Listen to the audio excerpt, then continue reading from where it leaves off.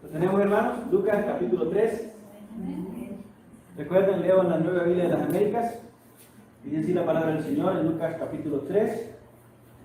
En el año 15 del imperio de Tiberio César, siendo Poncio Pilato gobernador de Judea, y Herodes tetrarca de Galilea, y su hermano Felipe tetrarca de la región de Iturea y Traconite, y Lisanías tetrarca de Abilinia, durante el sumo sacerdocio de Anás y Caifás, vino la palabra de Dios a Juan, hijo de Zacarías, en el desierto.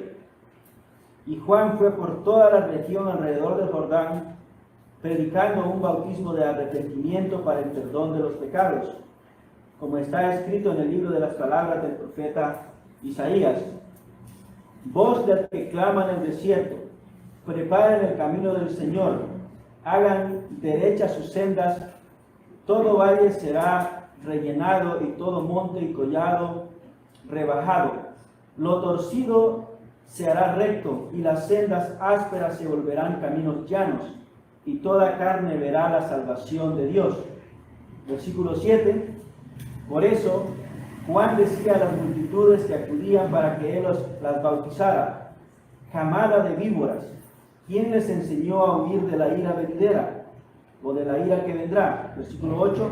Por tanto, den frutos dignos de arrepentimiento y no comiencen a decirse a ustedes mismos: tenemos a Abraham por padre, porque les digo que Dios puede levantar hijos a Abraham de estas piedras. Versículo 9. El hacha ya está puesta a la raíz de los árboles. Por tanto, todo árbol que no da buen fruto es cortado y echado al fuego.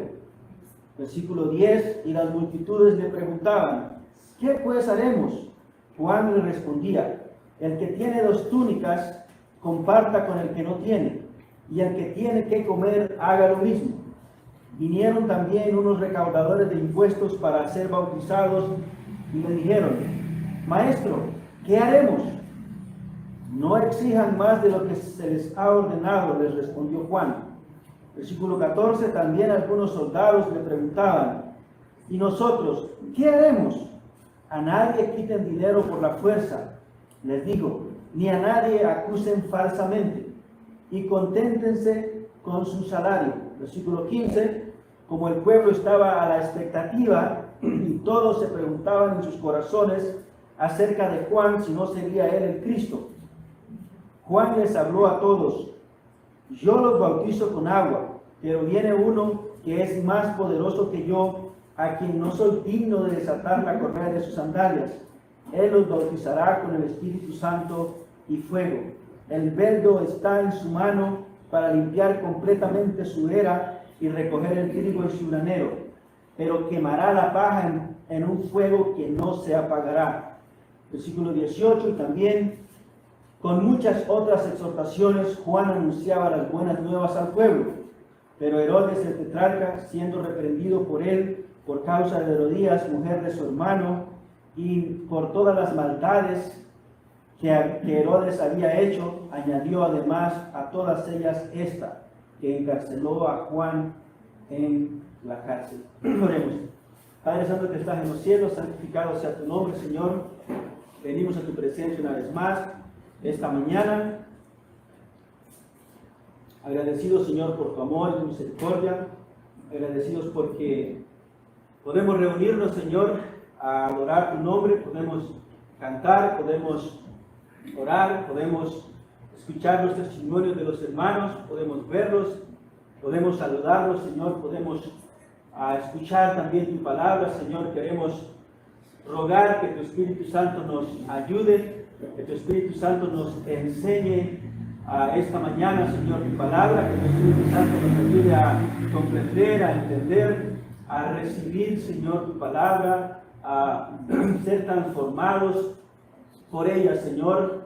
Sabemos, Señor, que nuestros corazones son duros para recibir tu palabra, pero también sabemos, Señor, que tu Espíritu Santo está en nosotros, vive en nosotros, y la tarea de Él, la labor de Él, Señor, es enseñarnos, es guiarnos a toda verdad. Así que rogamos que su Espíritu Santo nos guíe esta mañana a entender su santa y bendita palabra. Señor, por Cristo Jesús le pedimos y le damos gracias. Amén. Hermanos, como todos ustedes saben, tenemos un Dios misericordioso, tenemos un Dios amoroso, tenemos un Dios bondadoso, hermanos, a pesar de que el hombre es malo, a pesar de que el hombre ha pecado, a pesar de que el hombre ha desobedecido, aún así dice la palabra de Dios que Él envió a su Hijo Jesucristo a morir por nosotros en la cruz del Calvario. Dice que el justo murió por quienes, por los impíos, por los malvados, por aquellos que no merecían ser salvados. Así que podemos ver a Dios en la palabra de Dios que Él es amor. De hecho dice Juan, Dios es amor. Su naturaleza es amor. Él nos ama porque Él es amor. Él comparte amor. Hermanos, pero también tenemos que tener en cuenta, hermanos, que nuestro Dios no solamente es amor, también es otras cosas. Por ejemplo, dice la palabra de Dios que Él también es justo, que Él también tiene ira, que Él gobierna a su universo de una manera que castiga también al pecador. Dice que en ninguna manera tendrá por inocente al malvado, que va a castigar al malvado. Hermanos, Dios tiene leyes. Si alguien quebranta esas leyes, entonces va a ser castigado. Hermanos, nosotros, hermanos, nos indignamos con nuestros gobernantes. No sé si aquí pasa, pero en Honduras los gobernantes no son imparciales en el juicio. Ellos siempre son parciales con los ricos. Siempre juzgan al pobre, pero al rico no. Por ejemplo, en Honduras, usted puede estar más tiempo preso por robarse una gallina que por lavar dinero del narcotráfico. No sé si aquí pasa eso, pero allá pasa eso.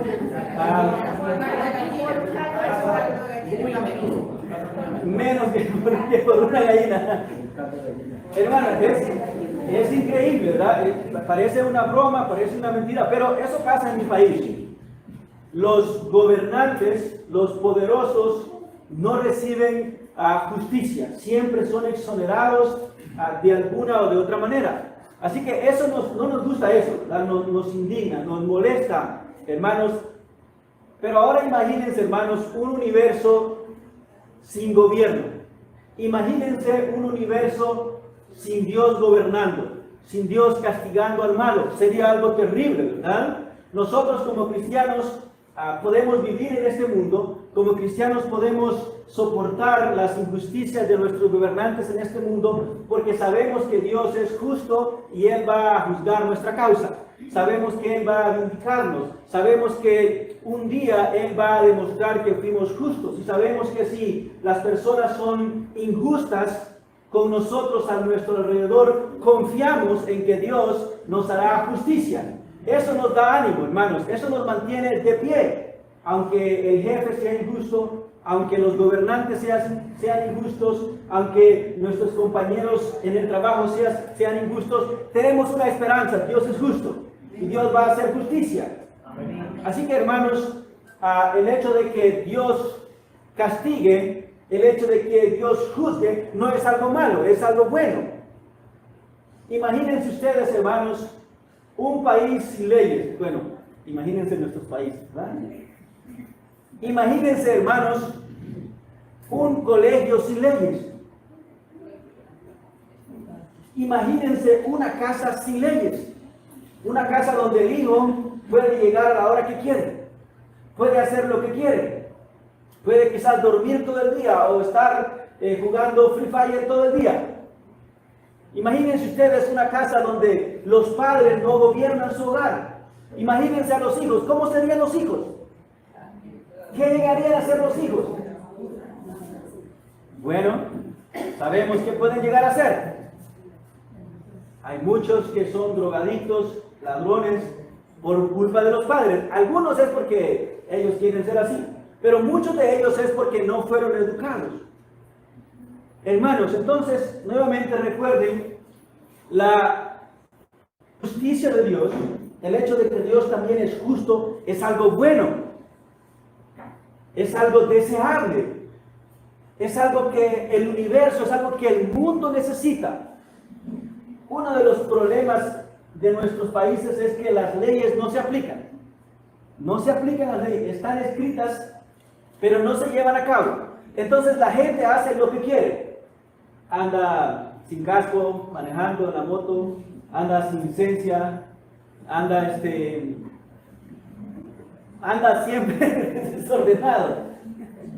¿Por qué? Porque los policías no castigan, no cumplen la justicia. Y si lo agarran por ahí a uno, lo que le piden es dinero, ¿verdad? Pero hermanos, Dios no es así.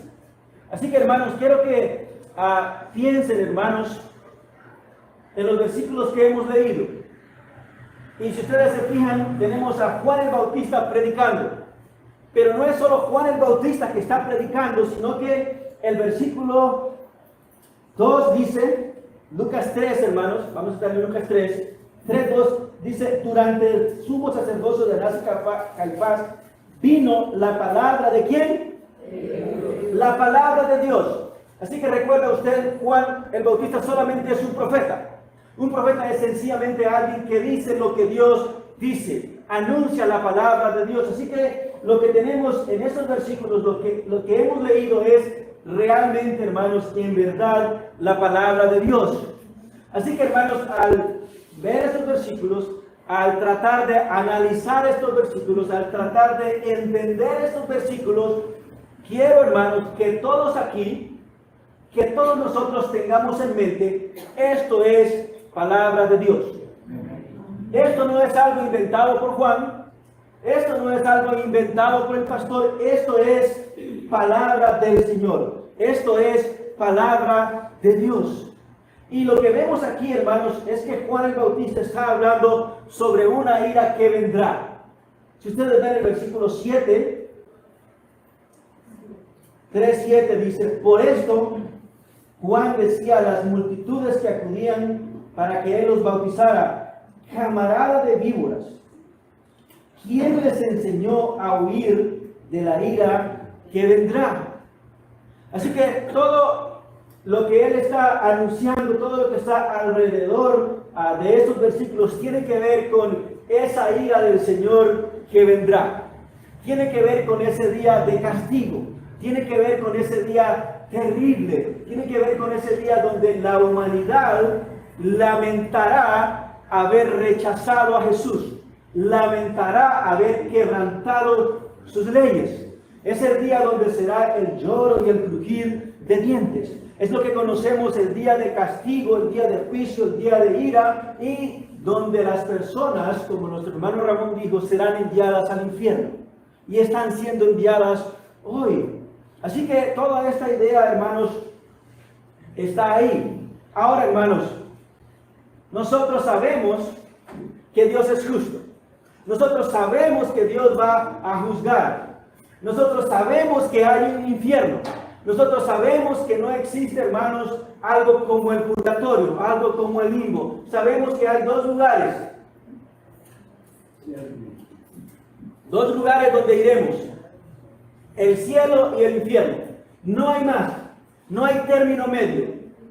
Esos dos lugares presentan la palabra del Señor. Cielo e infierno.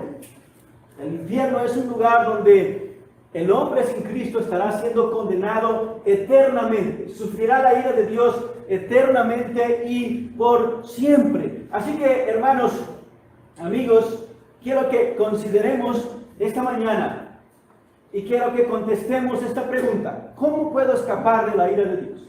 Si es cierto que la ira de Dios es terrible, si es cierto que Dios va a condenar eternamente a las personas, si es cierto que hay un infierno, entonces, hermanos, la pregunta que debería estar en la mente de cada persona que piensa es, ¿cómo puedo yo escapar de esta ira? ¿Cómo yo puedo ser salvo de esa ira que vendrá? Si hay un infierno, hermanos, si creemos en eso, entonces deberíamos pensar en cómo escapar de él. Ahora, como dije al principio, Dios es tan bueno, es tan misericordioso. A pesar de que nosotros quebrantamos su ley, A pesar de que nosotros somos pecadores, Él sigue siendo bueno. Y Él se ha dignado, a pesar de que Él está enojado con nosotros, dice la palabra que está airado todos los días con el pecador, aún así Él se ha dignado a mostrarnos el camino al cielo. Y es lo que tenemos aquí. Y esta mañana, hermanos, quiero que veamos 4 requisitos que debemos cumplir si queremos escapar de la ira de Dios. 4 requisitos que debemos cumplir si queremos escapar de la ira de Dios. Ahora, esos 4 requisitos los tenemos claramente puestos aquí en estos textos. Era lo que Juan el Bautista predicaba, era lo que Dios le dijo a Juan el Bautista que predicara. Debes predicar esto, debes enseñar esto. Ahora, el primero, hermanos, es que si queremos escapar de la ira de Dios, si queremos escapar de esta ira venidera, primeramente, hermanos, debemos convertirnos. Ahora, nuestra palabra en el capítulo 3, versículo 3 es: y Juan fue por toda la región alrededor del Jordán, predicando un bautismo de arrepentimiento. Alguien dígale que se arrepienta, con voz tronante. Entonces, el primer requisito es convertirnos. El segundo es que debemos mostrar frutos de la conversión. El tercero es que debemos de dejar de pensar que podemos escapar de la ira porque somos buenos. Y el cuarto es que si queremos escapar de la ira de Dios, necesitamos tener esperanza en Cristo. Así que comencemos primero, hermanos. Y dije que si queremos escapar de la ira de Dios, primeramente debemos convertirnos. El versículo 3 nuevamente, versículo 2, perdón.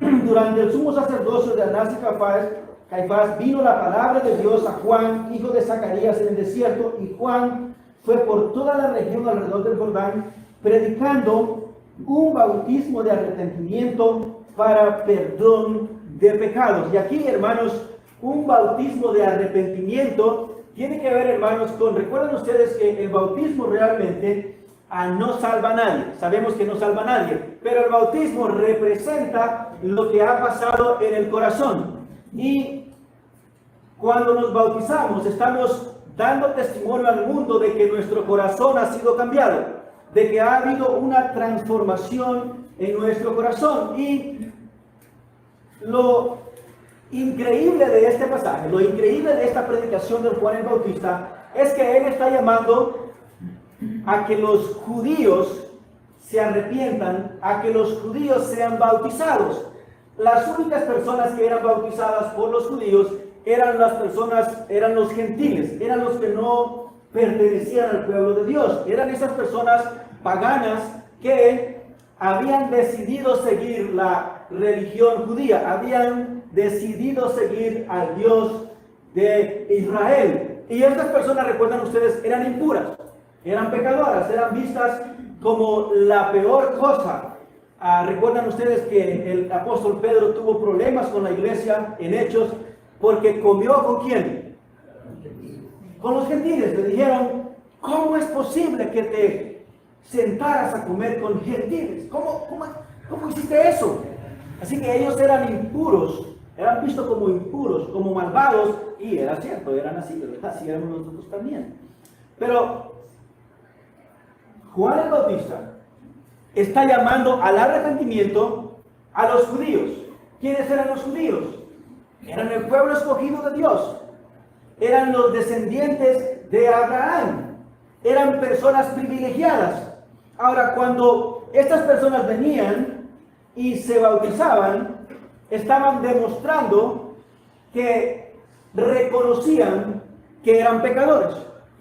Estos judíos, aunque pertenecían al pueblo de Dios, estaban aceptando que necesitaban un cambio. Estaban aceptando que no estaban bien. Estaban aceptando que sus vidas estaban mal y que sus vidas debían cambiarlas. Así que este bautismo de arrepentimiento representa realmente algo dramático en un judío. Un judío bautizándose, eso era impensable para ellos. Ellos creían que estaban bien con Dios, como veremos un poco más adelante. Así que la idea del bautismo de arrepentimiento tiene que ver con que el judío que se bautizaba estaba reconociendo públicamente y diciendo: soy un pecador, soy un pagano, soy una persona que necesita la gracia de Dios así como la necesitan los demás pueblos. Eso es lo primero. Ahora, la palabra arrepentimiento realmente significa conversión, significa transformación. La palabra arrepentimiento, hermanos, tiene que ver con dejar completamente el pecado y confiar en Cristo. Eso significa la palabra arrepentimiento. Significa primeramente confiar en Jesucristo como el único Salvador de nuestras almas. Así que cuando hablamos de arrepentimiento, hablamos primeramente de que las personas, si quieren escapar de la ira de Dios, deben confiar en Jesucristo. Tienen que tener una fe verdadera, tienen que tener una fe viva en Jesucristo. Ahora, hermanos, si nosotros preguntamos a todas las personas en nuestros países si creen en Cristo, ¿cuál va a ser la respuesta de la gran mayoría de ellos?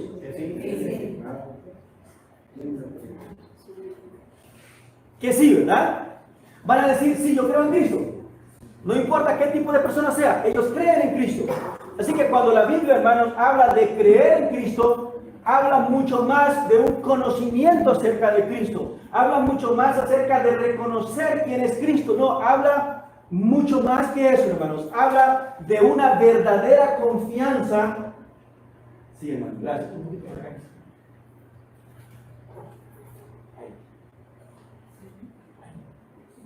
Lo siento. Cuando entonces hablamos de creer en Cristo en la Biblia, hablamos de una confianza plena en que Jesucristo ha muerto por nosotros, que Jesucristo ha perdonado nuestros pecados. No es creer que Él lo hace, es creer que Él lo hace a mí. Es tener eso en el corazón, es tener esa seguridad, es tener esa certeza de que yo he sido perdonado. Pero también la idea de arrepentimiento, hermanos, es una tristeza de corazón, un pesar del corazón por causa de haber pecado, por causa de haber ofendido a Dios. Pero también, hermanos, tiene que ver con una renuncia al pecado y un propósito sincero de cambiar de vida. Y si ustedes se fijan, hermanos, en el capítulo 3, versículo 3 en adelante, dice Juan esas palabras. Quiero que las leamos de nuevo. Y Juan fue por toda la región alrededor del Jordán, predicando un bautismo de arrepentimiento para el perdón de los pecados, como está escrito en el libro de las palabras del profeta Isaías. Voz del que clama en el desierto: preparen el camino del Señor, hagan derechas sus sendas. Todo valle será rellenado y todo monte y collado rebajado. Lo torcido será recto y las sendas ásperas se volverán caminos llanos, y toda carne verá la salvación de Dios. Vean aquí, la profecía de Isaías habla de un tiempo donde el pueblo tiene que hacer un cambio.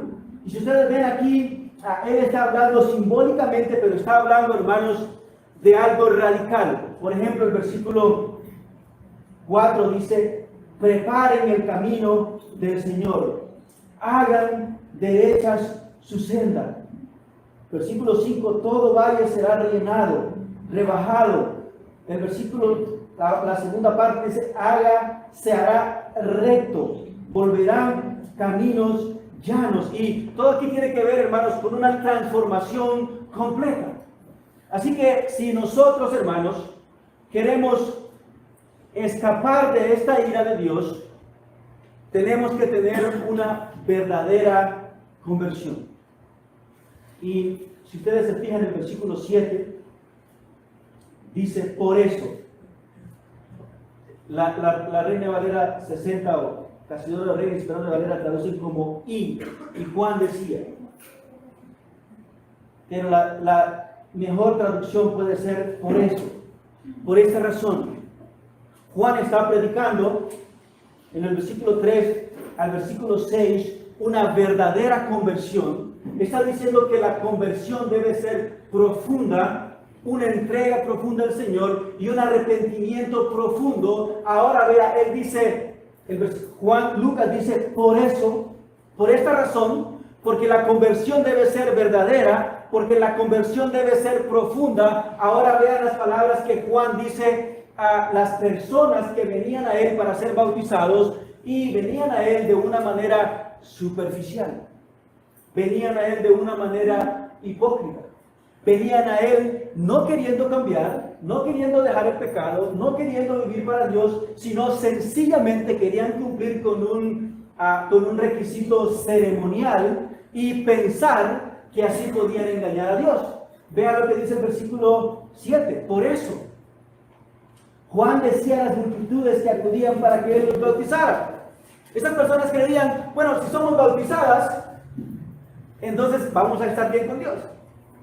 Si somos bautizadas y nos unimos a la iglesia, entonces vamos a estar bien con Dios. No necesitamos una profunda conversión, como dice Juan, pero vea, Juan va y les dice, no, tengan cuidado.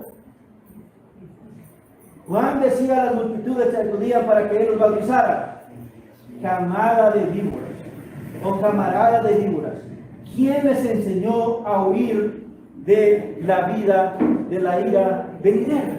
Entonces, aquí había personas que escuchaban predicar a Juan y dijeron, bueno, hay una ira que viene y es terrible. Los judíos sabían muy bien acerca de la ira de Dios, conocían el día de la ira del Señor, y lo que están diciendo ellos es, bueno, Juan está bautizando y lo que vamos a hacer es bautizarnos, y de ahí para allá pues podemos vivir nuestras vidas tranquilamente en el pecado, podemos hacer lo que nos plazca, podemos vivir en nuestros placeres, nuestros deleites, nuestras codicias y sensualidades, y estaremos bien con Dios.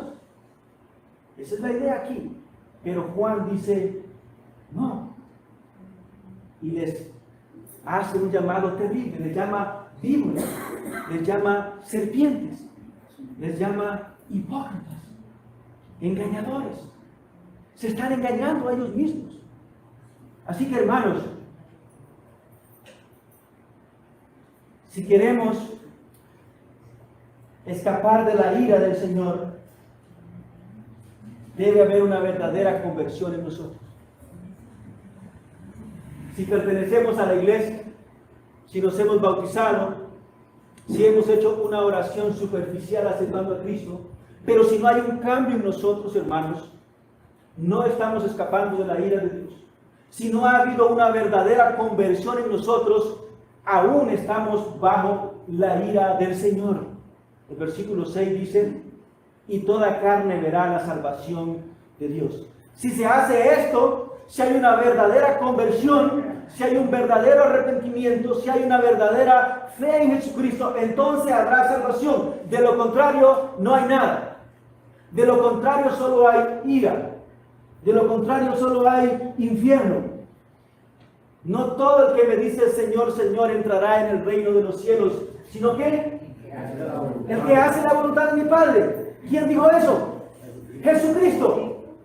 Jesucristo lo dijo. Y si Él lo dijo, debemos tomarlo en serio.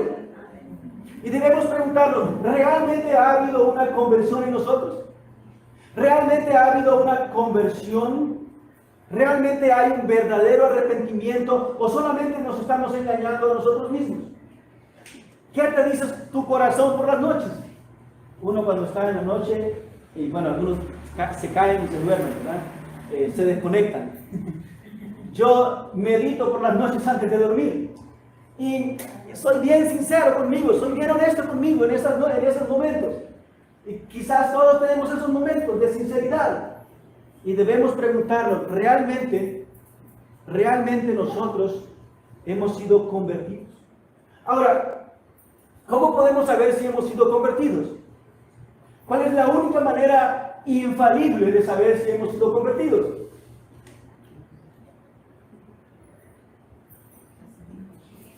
Vamos a ver entonces el siguiente requisito que debemos cumplir si queremos escapar de la ira de Dios. Primero dijimos que debíamos ¿qué? Convertirnos.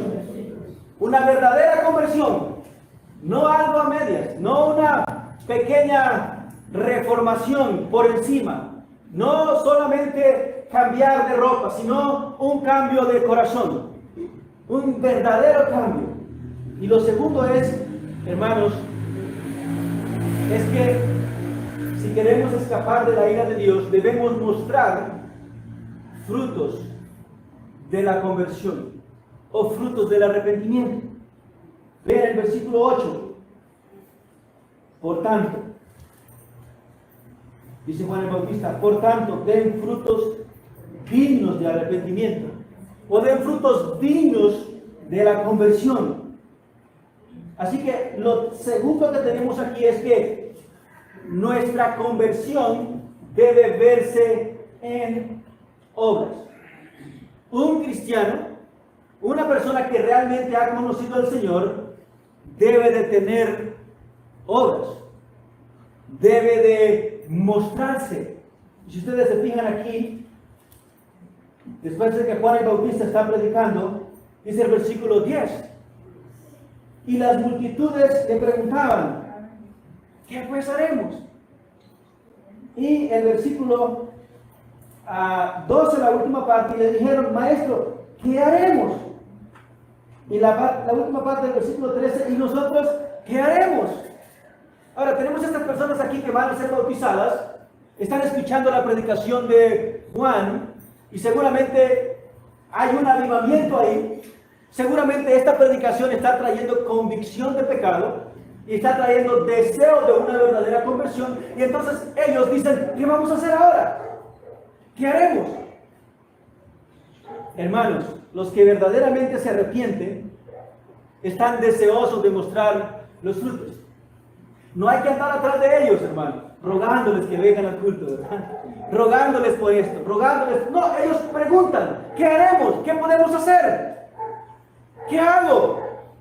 ¿Qué sigue? ¿Qué es lo siguiente? Frutos de una verdadera conversión. Así que, hermanos, hoy, al igual que con Juan el Bautista, nuestra pregunta debería ser, ¿qué haremos? ¿Qué haremos? Ahora que conocemos al Señor, ahora que hemos sido convertidos, ¿qué haremos? Y miren, el versículo 10 dice, y las multitudes le preguntaban, ¿qué haremos? Juan le respondió, el que tiene dos túnicas comparta con el que no tiene, y el que tiene que comer haga lo mismo. En otras palabras, sean generosos, ayuden a su prójimo, amen a su prójimo, que es lo que Jesús también dijo, ¿verdad? Amar a tu prójimo como a ti mismo. Y ahora tenemos aquí también el versículo 12, vinieron también unos recaudadores de impuestos, o unos, ¿cómo dice la versión 60? Unos publicanos, que significa recaudadores de impuestos, para ser bautizados, y le dijeron, maestro, ¿qué haremos? Recuerden ustedes, los publicanos o los recaudadores de impuestos eran gente realmente mala, eran gente perversa, eran gente odiada por los judíos. ¿Por qué? Porque eran judíos que trabajaban para Roma, trabajaban para el imperio, trabajaban para el gobierno que dominaba a Israel, trabajaban para los explotadores. Y no solamente eso, sino que los recaudadores de impuestos eran personas que estafaban al pueblo. Roma decía a los recaudadores de impuestos, les decía a Roma, bueno, deben cobrar 100,000 pesos por cada ciudadano al mes.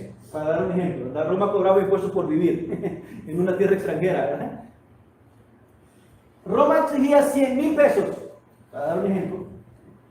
Pero los recaudadores de impuestos decían, bueno, Roma subió los precios, ahora dice que son 200,000. Él se agarraba 100,000 y daba 100,000 a Roma. Y los judíos sabían eso, así que eran gente odiada por el pueblo y con justa razón. Ahora, vea lo que dice Juan. Versículo 3. No exijan más de lo que les ha ordenado. No sean así, ¿verdad? No estén cobrando más. Si Roma dice 100,000, cobren 100,000. No cobren 200,000. No sean así. No exijan más de lo que les ha ordenado, y le respondió Juan. Ahora, versículo 14. También algunos soldados le preguntaban, ¿y nosotros qué haremos? ¿Qué haremos nosotros? A nadie quiten dinero por la fuerza, le dijo, ni a nadie acuse falsamente. Ahora, los soldados, estos eran realmente como policías. Yo iba a decir policías colombianos, pero mejor voy a decir policías hondureños. O mexicanos, vaya, policías mexicanos. Estos, sí. Era broma. No todos son así, ¿verdad? No todos son así. Hay honrados. Es lo que todos queremos creer. Ahora, estos eran como policías. Y hay muchos registros históricos de que ellos se levantaban en armas y hacían motines para que les subieran el sueldo. Hay muchos registros históricos también, hermanos, que ellos difamaban. Recuerden ustedes, hermanos, Mateo 28, 11 al 15, cuando Jesús resucitó de entre los muertos. ¿Recuerdan que los judíos sobornaron a los policías para que mintieran? ¿O a los soldados? Voy a leerles este pasaje, Mateo 28, 11 al 15. Mientras ellas iban, algunos de la guardia, unos soldados, fueron a la ciudad e informaron a los principales sacerdotes de todo lo que había sucedido. Después de reunirse con los ancianos y de lidiar con ellos, dieron una gran cantidad de dinero a los soldados, diciendo, digan esto, sus discípulos vinieron de noche y robaron el cuerpo mientras nosotros dormíamos. Y si esto llega a oídos del gobernador, nosotros lo convenceremos y les evitaremos dificultades. Ellos tomaron el dinero e hicieron así como se les había dicho.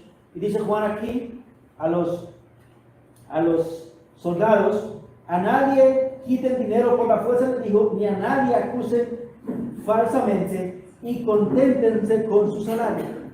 A nadie acusen falsamente. Pero vean ustedes, ellos eran reconocidos por eso. Ellos eran reconocidos por acusar falsamente. Fueron lo que hicieron con Cristo. Y dice Mateo, y este dicho se ha difundido entre los judíos hasta hoy. Ellos difamaron a Jesucristo. Ellos dijeron, no, Él no ha resucitado. Lo que pasó es que sus discípulos lo recogieron. Así que Juan el Bautista les está diciendo, no hagan eso. Si realmente se han convertido, si realmente han tenido un arrepentimiento, si realmente hay fe en ustedes, lo que deben hacer es, un cambio de vida. Y eso es, hermanos, Él le dice lo mismo a las multitudes que venían, a los recaudadores de impuestos y también a los soldados. Así que, hermanos, el segundo requisito para escapar de esta ira de Dios, según Juan, es que debemos tener frutos dignos de arrepentimiento. Dijo Santiago, la fe sin obras ¿es qué? Es muerta. Si alguno dice que conoce pero no obedece, es mentiroso. Así que, hermanos, amigos, si queremos escapar de la ira, si queremos escapar del castigo eterno, entonces debemos tener una verdadera conversión y debemos mostrar frutos que demuestren esa conversión. No con palabras, hermanos, sino con hechos. Con hechos. Ahora, el tercer requisito que tenemos aquí, hermanos, es que debemos dejar de creer que iremos al cielo por algo que nosotros tenemos. En otras palabras, debemos de creer que vamos a ir al cielo porque somos buenos. Miren lo que dice el versículo 8. Por tanto, den frutos dignos de arrepentimiento y no comiencen a decirse ustedes mismos, tenemos a Abraham por padre. Ellos creían que por el simple hecho de ser judíos, que por el simple hecho de tener a Abraham por padre, no tenían necesidad de arrepentirse.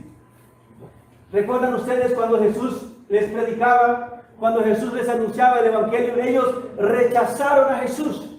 Ellos dijeron que Jesús estaba loco y dijeron que no necesitaban a Jesús para salvarse. ¿Recuerdan ustedes Juan capítulo 8, versículo 31 al 32? Jesús, hablando con los judíos, les dice, Entonces Jesús decía a los judíos que habían creído en él, vea, los judíos, los descendientes de Abraham, si ustedes permanecen en mi palabra, verdaderamente son mis discípulos y conocerán la verdad y la verdad los hará libres. Si ustedes creen en mí, si ustedes creen en lo que digo, ustedes van a tener verdadera libertad. Eso le dice Jesús a los judíos.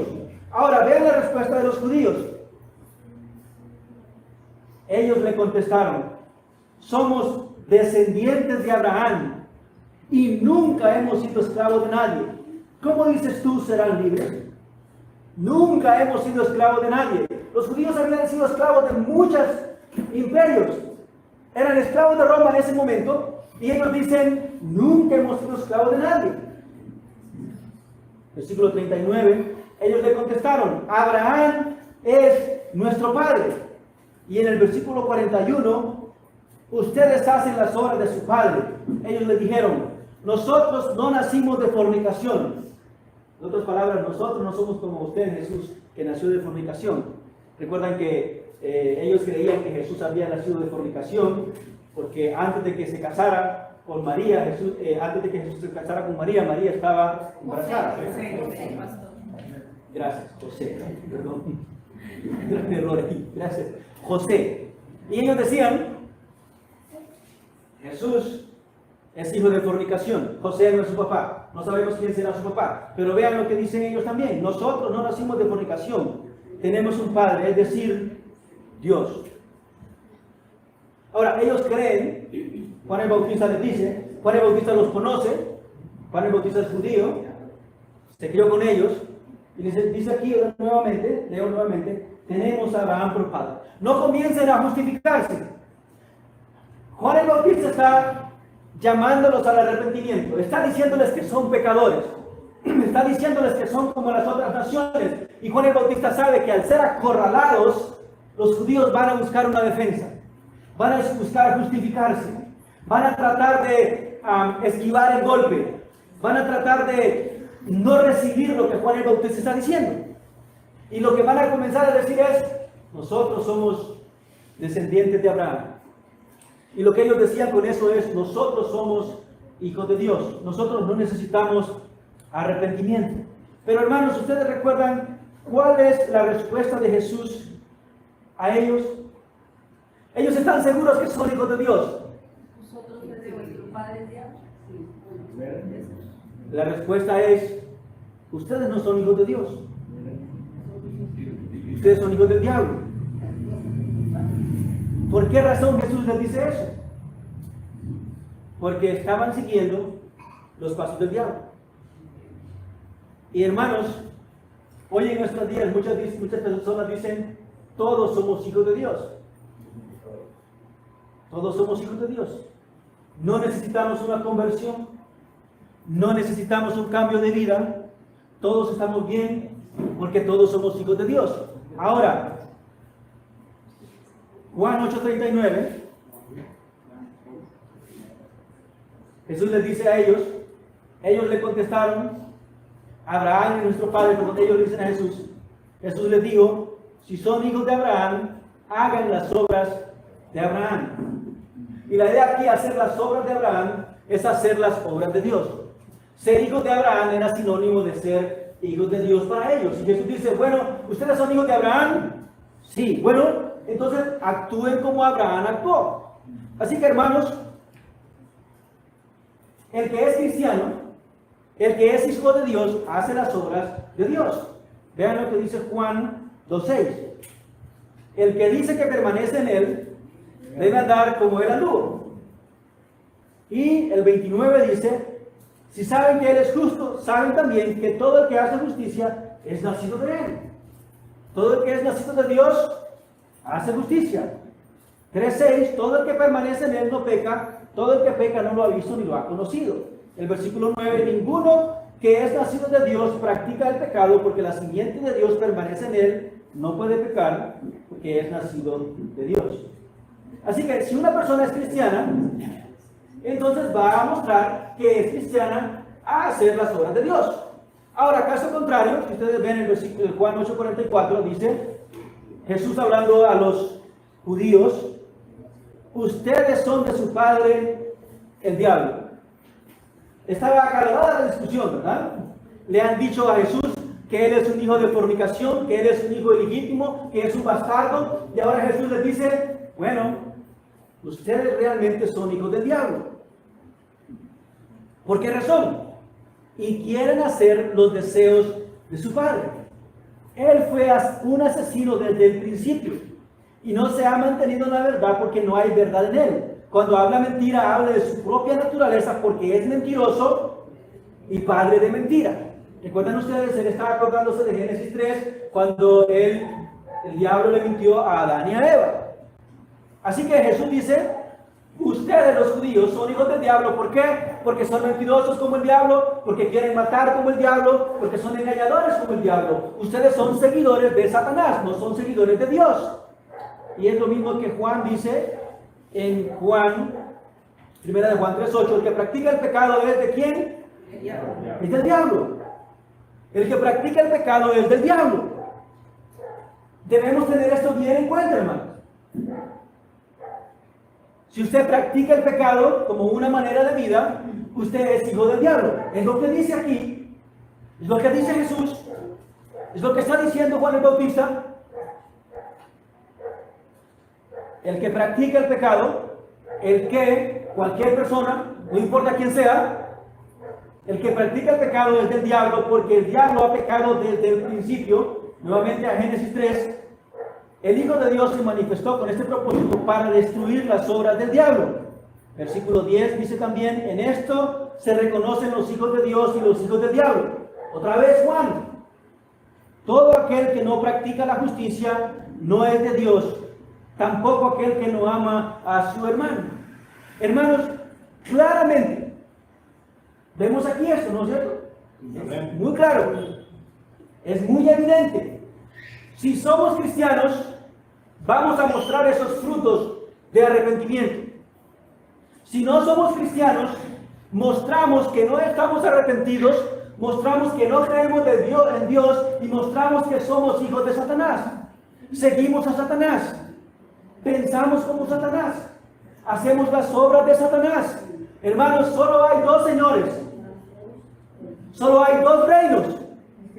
Está el reino del diablo, donde dice Juan, el mundo entero está bajo el maligno, y está el reino de Cristo. Dice Pablo, hemos sido trasladados del reino de las tinieblas al reino de su amado Hijo. Colosenses, gracias hermano, no me acordaba la cita, pero me acuerdo del pasaje. Así que hay dos reinos. ¿A cuál reino pertenece usted? ¿Cómo puede saber a cuál reino pertenece?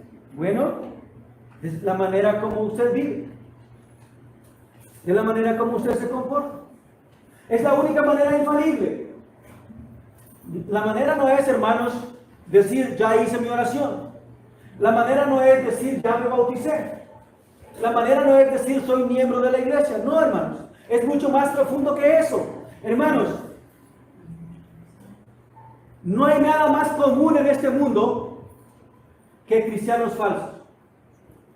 Eso abunda. Abunda en nuestras iglesias. Abunda en nuestros países. Es por eso que el apóstol Pablo dice, examinaos a vosotros mismos si estáis en la fe o no.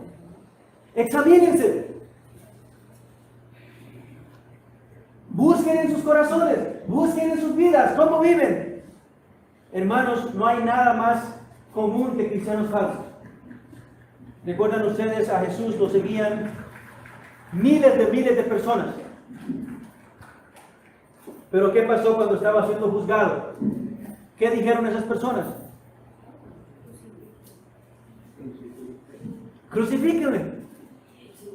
Estaban siguiendo a Jesús por la comida y por los milagros. Estaban sorprendidos por este hombre que hacía estas cosas grandes. Pero a la hora de la hora, todos dijeron, crucifíquenle. Esas multitudes que lo seguían, que querían hacerlo rey, después dijeron, mátenlo. Suelten a Barrabás y maten a Jesucristo. Hermanos, ¿cuántas personas conocen ustedes que venían a la iglesia, que se bautizaron, que eran miembros de esta iglesia y ahora, hermanos, están viviendo perdidamente? ¿Cuántos? Muchos, cientos. Y si pensamos en todas las iglesias, miles. Jesús dijo, son pocos los que se salvan. Hay muchos cristianos falsos, hermanos. ¿Quién nos garantiza que no estamos entre ellos? Hermanos, cuando hay pecado en mi vida que yo no puedo vencer, yo digo, Señor, ¿realmente soy tu cristiano? ¿Realmente soy tu hijo? Porque ¿cuántos pastores hay que eran pastores y ahora son impíos? Ahora son borrachos, mujeriegos, homosexuales. Hay muchos, muchos. Y el temor más grande y mi oración más grande es nunca ser un apóstol. Nunca ser alguien que profesaba la fe y después la ha negado. Hermanos, es algo real, es algo cierto, es algo verdadero. Si nosotros entonces, hermanos, queremos escapar de esta ira, debemos convertirnos, debemos mostrar frutos, debemos de dejar de creer que hay algo bueno en nosotros. No hay nada bueno en nosotros, hermanos. Somos malos, somos pecadores. Nosotros debemos de confiar en la obra de ¿quién? De Cristo. En la obra de Cristo. Y ese es nuestro último punto. Hermanos, hoy me dieron el púlpito un poquito tarde, así que... Versículos 15 al 17. Si queremos escapar de esta ira, debemos tener esperanza en Cristo. Porque es nuestra única esperanza. Por nuestra propia cuenta no podemos arrepentirnos.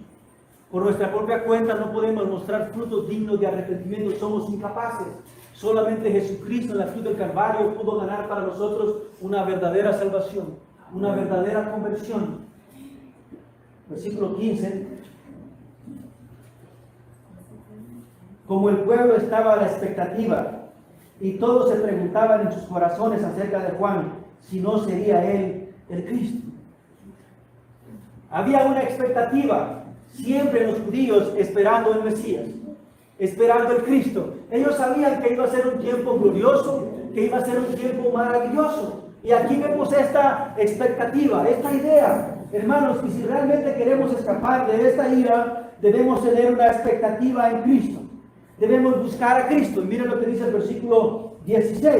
Juan les habló a todos, yo los bautizo con agua, pero viene uno que es más poderoso que yo, a quien no soy digno de desatar la correa de sus sandalias. Él los bautizará con el Espíritu Santo y fuego. Hay muchas cosas que decir aquí, pero quiero que vean. Juan el Bautista dice, yo bautizo en agua. Y recuerden ustedes, el bautismo en agua es solamente una representación, es solamente un símbolo de lo que sucede en nuestro corazón cuando el Espíritu viene a nosotros. Y dice aquí que Jesús los bautizará en el Espíritu Santo. Lo que está diciendo es, Jesús hará una verdadera conversión. Yo estoy llamándolos al arrepentimiento, yo estoy diciéndoles que deben mostrar frutos, yo estoy llamándoles a escapar de la ira, pero el único que puede obrar una transformación en el corazón es Jesucristo. El único que puede bautizarnos en el Espíritu Santo, el único que puede unirnos a la iglesia, el único que puede unirnos a Él es Jesucristo. Así que hermanos, amigos, recuerden, si queremos escapar de esta ira de Dios, debemos convertirnos. Una conversión real. Deben haber frutos. Debe también haber un conocimiento de que nosotros no podemos salvarnos a nosotros mismos y que el único que puede salvarnos es Jesucristo. Señor, te damos gracias esta mañana por tu palabra. Pedimos perdón, Señor, por nuestros pecados. Pedimos que tu Espíritu Santo obre en nosotros, que tu Espíritu Santo nos enseñe, que podamos recibir tu palabra, Señor, que haya una verdadera conversión y que podamos escapar, Señor, de la ira terrible que viene, Señor, para la humanidad entera. Por Cristo te pedimos y te damos gracias.